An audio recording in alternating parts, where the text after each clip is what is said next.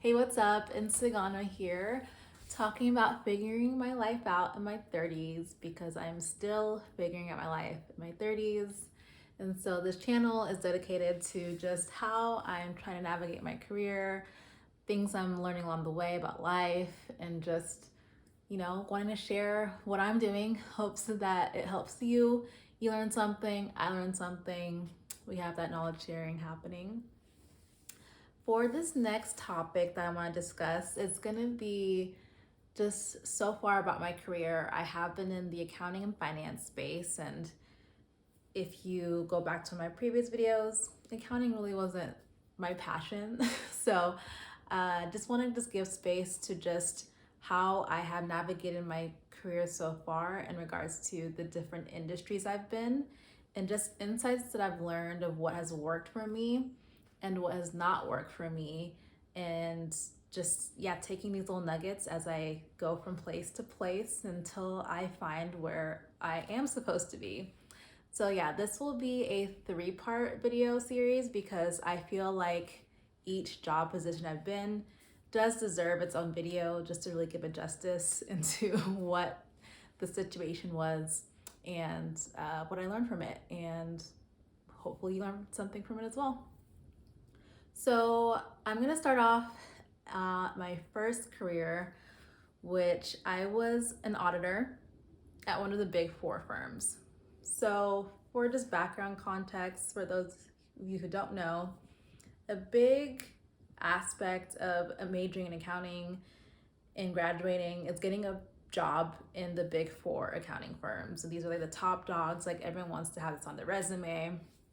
So, I was able to work in one of these big four accounting firms, and it's you get that nice name on your resume, so you feel like proud of that. It's like you accomplished something like really cool, like you made it to this big company. And so at my time at this big four accounting firm, my focus was in audit. So with audits, if you're not familiar, audit is, you're looking for problems. You're not really there to help in a way, because you're making sure companies are doing what they're supposed to be doing and what they're reporting is accurate. So it's a lot of meticulous work at times, and just being able to really make sure things are done properly.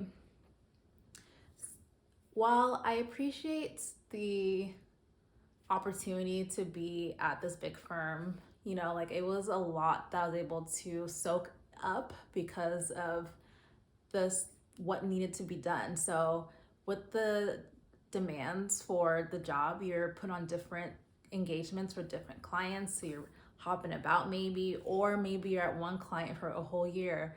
I luckily got the opportunity to go to many different clients, so it was just great for me to take in a law industry, a manufacturing industry, just so many different types of companies and how they function was just very, very nice for me to just get a grasp as well of like how other industries function, what's important to them, what they see as like high risk versus low risk. So that was interesting, I would say. Not like something I love, but something that was interesting, that I do appreciate. Another aspect of that big four lifestyle was just the idea of that you're all in this team dynamic, right? Because you're in engagement, you can't do an audit on yourself, by yourself, excuse me. So you had a team that's doing different parts of the audit, making sure different areas of the business are being done correctly. And with these team dynamics, I think at the time they said that the average age at the big four accounting firm I was at was like 30, 32 or something, which was like a pretty like low average age. So thinking about, I got this job right out of college.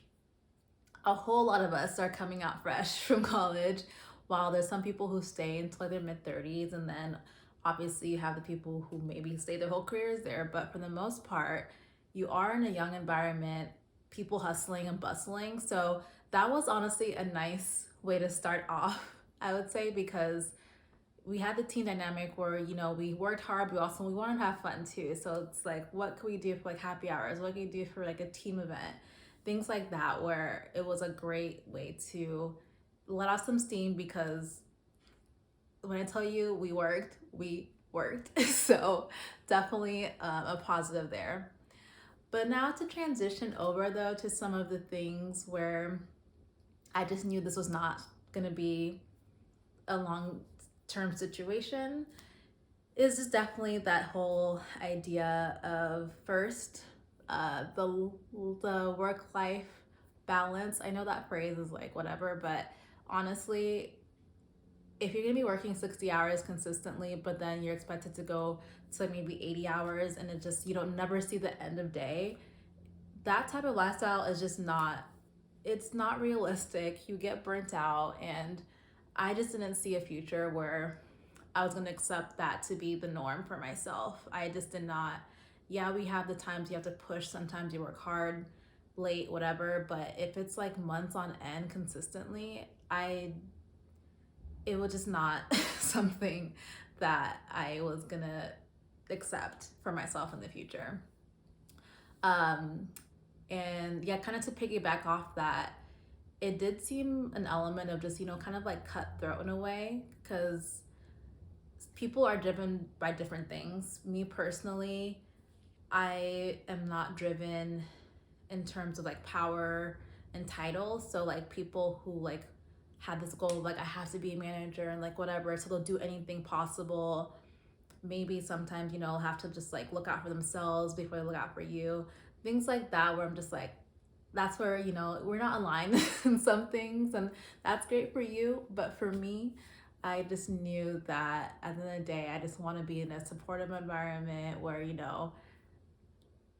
the work is just work. We'll figure it out day by day. I know, again, you got to meet some deadlines, but this was just another level because of just the environment we were in and what was expected of us. And the last thing to kind of just piggyback off of that would be the idea of, in the Big Four, you're doing a lot of just client service work. So it's based off of like client demand, and in audit, a lot of that was based off of, in general, regulatory requirements. So thinking about an audit for the SEC, they require you to be done at a certain date every year, and you just can't work around that. You have to meet up to these specific deadlines. So, and that's why you see the burnout. That's why you see people kind of being cutthroat and all these things, because you have to meet this external deadline that's out of your control.